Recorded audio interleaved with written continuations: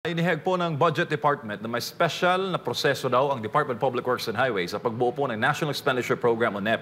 Sa halip na dumaan sa karaniwang pagsusuri Attorney Sal ng DBM, direktang isinasama ng DPWH ang kanilang mga proyekto dahil umano sa kanilang expertise at mga tao sa ground level. Ngunit pinuna ito ng mga senador tulad po ni Senator Erwin Tulfo at Win Gatchalian matapos lumabas ang mga proyekto na magkakapareho yung halaga sa halaga pong 149.75 billion pesos. Hinati-hati lang at may kahina-hinalang mga detalye. Gate ni Gatchalian, ang ganitong special treatment ang nagiging ugat ng korupsyon dahil nilalampasan nito ang sariling patakaran ng DBM sa pagiging shovel-ready ng mga proyekto.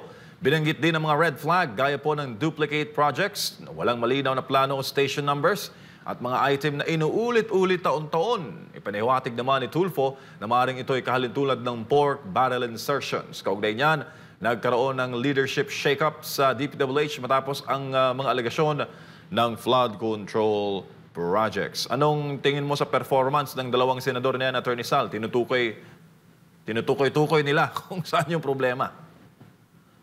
Ewan ko ba? Ang hangalang ako dyan kay Senador Gatchalian, matino yan. Pero yung isa, sinable. Tsaka, meron akong nabasa, Attorney Sal, sinabi doon sa isang sulat na ang issue daw ng korupsyon ay parang puno ng akasya. No? So, yung maliit pa, okay lang kasi maliit pa yung puno eh. But over the years and over the course of time, lumaki po ng lumaki at lumalalim ng lumalalim yung ugat. Meaning, lumalaki ng lumalaki yung ninanakaw from the thousands, hundred thousands, by the millions, by the billions, ngayon trillions na. At ang ginagawa lamang daw ng pamahalaan na Attorney Sal, dahil nga ang ilalim ng punong akasya ay puno ng mais. So natatakpa ng puno yung mga mais na nasa ilalim. Tinitrim lang daw natin yung mga sanga at mga dahon. Yun daw yung ginagawa ng gobyerno ngayon at dapat daw talaga na gawin ay putulin at hukayin yung mga ugat ng korupsyon sa pamahalaan. Anong tingin mo dyan, Attorney Sal, sa pagkahambing na yan? Basta ito masasabi ko dyan. 3 lang na entities ang sangkot sa korupsyon. Sino ba gumagawa ng national budget? Di ba DBM? Siya lang ang gumagawa niyan. Walang iba.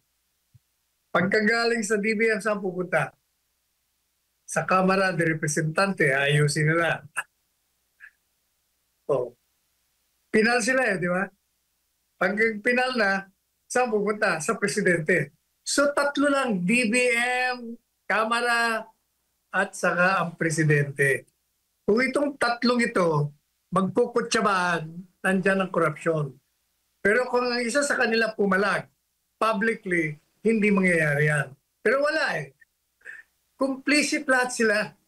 Whether by negligence or by intention, silang lahat ay nagsasabwatan para magnakaw sa pera ng bayan. Yan ang katotohanan dyan.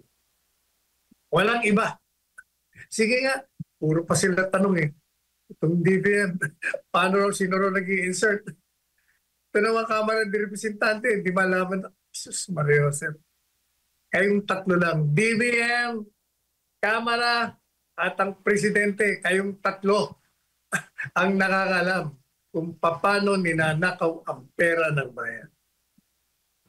Opo, gaano kalaga, Attorney Sal, na isang bilang Presidente, dahil kayo po ang final say sa budget, kayo po ang nagpipirma bilang Presidente ng Pilipinas na magkaroon po ng due diligence ang isang Presidente.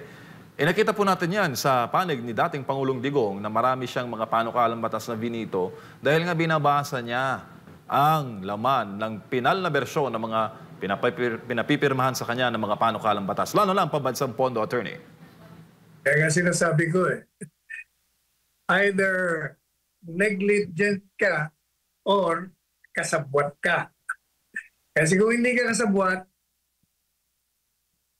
gagayahin mo si Presidente Duterte, hindi natutulog para examinin ang bawat item ng budget. At pag nakikita niya, nakaduda-duda, binibito niya. Pero kung hindi mo gagawin yung ginawa niya, complicit ka. Whether complicit ka, neglectful ka, kasalanan mo pa rin. Attorney, si dating Pangulong Duterte, isa pong abogado.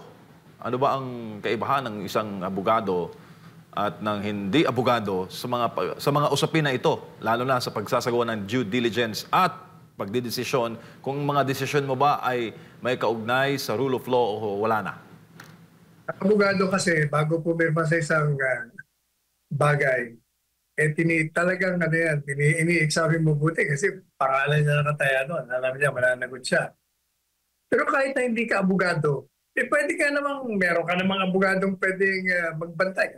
May Chief Presidential Legal Counsel, patingnan mo. Ganun lang kasimple.